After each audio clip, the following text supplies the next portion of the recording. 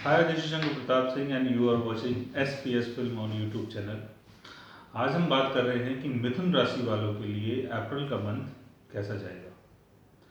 और अगर आप जानना चाहते हैं कि जो आपकी राशि है वो मिथुन कैसे है, तो आप अपने बर्थ चार्ट में ये देखिए, अगर मून आपके थर्ड नंबर पे बैठा है आपके बर्थ चार्ट में, तो जो आपकी राशि है मिथुन है। और आज हम आपसे बात कर रहे हैं। तो मिथुन, हम बात कर रहे हैं अप्रैल 1 to 2 यानी 1 से 2 तारीख के बीच में आपको क्या क्या मिल सकता है और क्या क्या चीज़ों का आपको फ़ायदा हो सकता है। तो 1 से 2 तारीख के बीच में आप हो सकता है फॉरेन ट्रैवल करें या ऐसी जगह की यात्रा करें जो आपके घर से बहुत दूर हो। या इस पीरियड में ये भी हो सकता है कि आप अपने फैमिली मेम्बर के साथ कहीं पर ट्रिप पर जाएँ, कहीं घूमने जाएँ, कहीं हिल स्टेशन में जाएँ।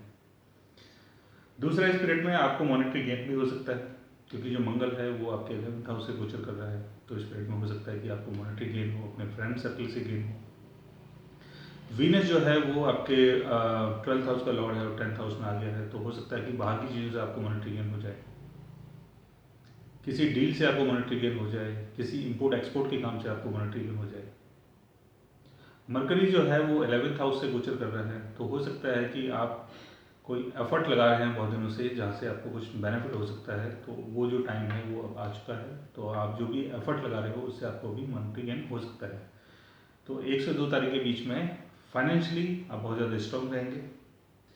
फिर हम बात करते हैं 3, 4 और 5 तारीख की।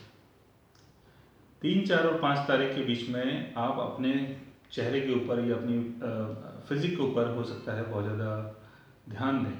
और इस पीरियड में हो सकता है कि आप अपने आप को कंफर्टेबल दिखाने के लिए, अपने आप को अच्छा दिखाने के लिए, अपने आप को ब्यूटीफुल दिखाने के लिए हो सकता है आप अपनी सेविंग को इन्वेस्ट करें और अपने शरीर पे पैसा खर्च करें। इस पीरियड में ये भी हो सकता है कि आप कोई कॉस्ट्यूम वगैरह खरीदें, कोई कपड़े वगैरह खरीदें, शॉपिंग वगैरह करें, जिससे आप अपने आप को थोड़ा सा कंफर्टेबल दिखा सकें। तो इस पीरियड में आप थोड़े से खर्चीले किस्म के हो जाएंगे अपने शरीर को लेके, अपने शरीर की चीज़ों में बहुत पैसा खर्च करेंगे। फिर हम बात करते हैं 6, 7 और 8 तारीख की। 6, 7 और 8 तारीख के बीच में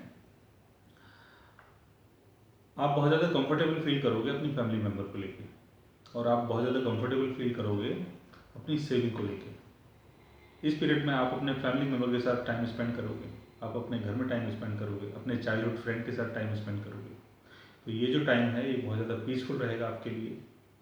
और मॉनेटरी गेन आपको होता ही रहेगा इस पीरियड में। अब भी यहाँ पर मॉनेटरी गेन दिखाई दे रहा है, तो आप एफर्ट्स लगाइए। ये जो मंथ है आपके लिए बहुत अच्छा है, आप जितना एफर्ट लगाएंगे आपको मॉनेटरी गेन हो सकता है।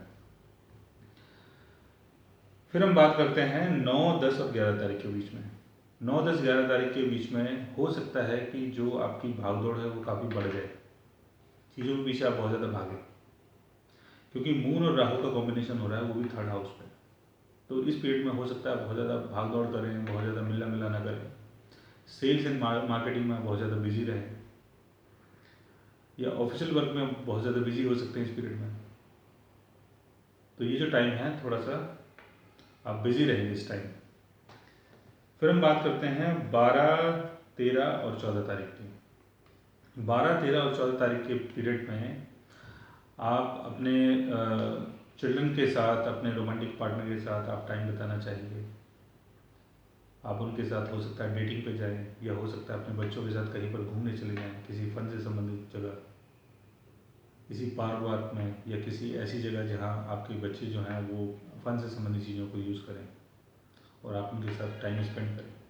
तो ये आपके लिए अच्छा टाइम है, रोमांस के लिए अच्छा टाइम है। आप अपने रोमांटिक पार्टनर के साथ कहीं जाना चाहें तो ये पीरियड में आप जा सकते हैं।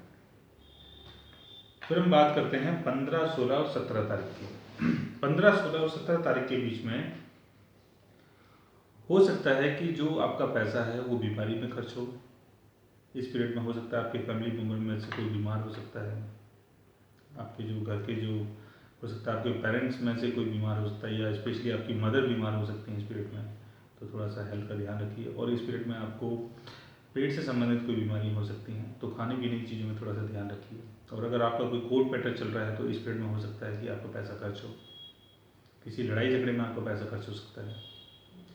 तो ये जो टाइम है थोड़ा सा आप इसमें से सीरियस रहिए।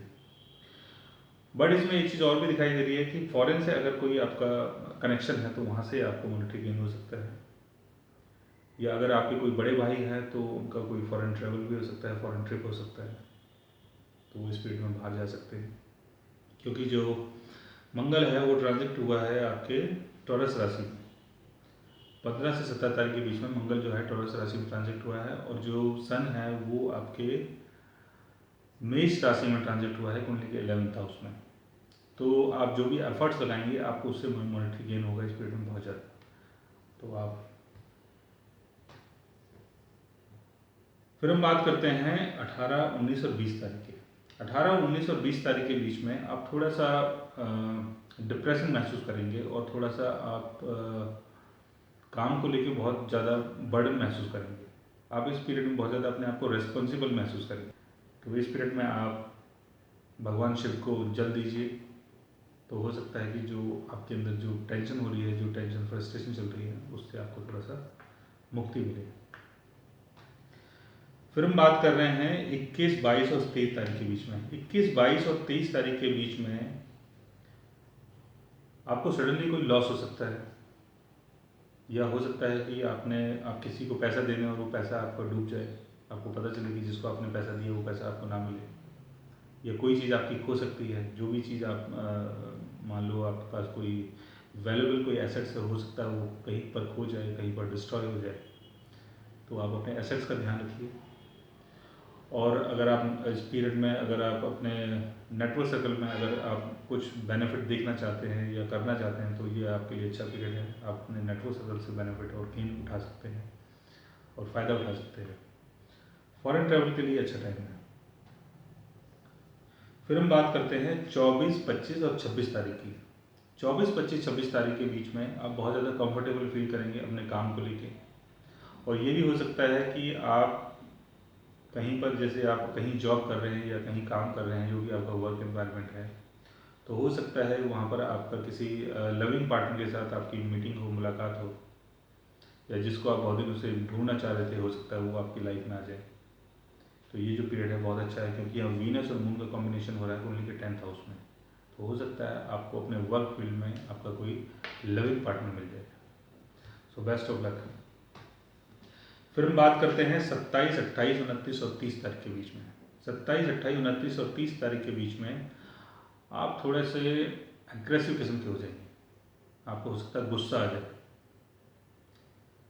हो सकता है आप कहीं पर मॉनेटरी गेन कर रहे हों और उसके चक्कर में आप अपने आप को बहुत ज़्यादा एनर्जेटिक बना लें, और जो आपका काम है वो थोड़ा सा डिले हो जाए, और तो हो सकता है उसके चक्कर में आपको गुस्सा आ जाए। तो ये जो पीरियड है थोड़ा सा इसमें थोड़ा सा काम अनुकूल रहिए। अगर आप अपने फ्रेंड सर्कल से डील कर रहे हैं तो उसके लिए थोड़ा सा आप पीसफुल रहिए, पीसफुली आप काम कीजिए, तो आपको अच्छा बेनिफिट होगा। ओवरऑल ये जो टाइम है आपके लिए बढ़िया रहेगा मॉनेटरी गेन के लिए। तो दोस्तों आज हमने बात की मिथुन राशि वालों के लिए अप्रैल का मंथ कैसा जाएगा। तो अगर आप भी ये जानना चाहते हैं कि आपकी राशि अप्रैल के मंथ में आपको क्या क्या बेनिफिट करवा सकती है और आपको क्या क्या मिल सकता है, तो आप हमारे चैनल को सब्सक्राइब कीजिए और अपने राशि के बारे में जानने की कोशिश कीजिए। और अगर आप हमसे कंसल्ट करना चाहें तो आप हमारे वेबसाइट के थ्रू हमें मेल कर सकते हैं और हमसे बात कर सकते हैं। आज के लिए बस इतना ही। Thanks for watching. Bye bye and take care.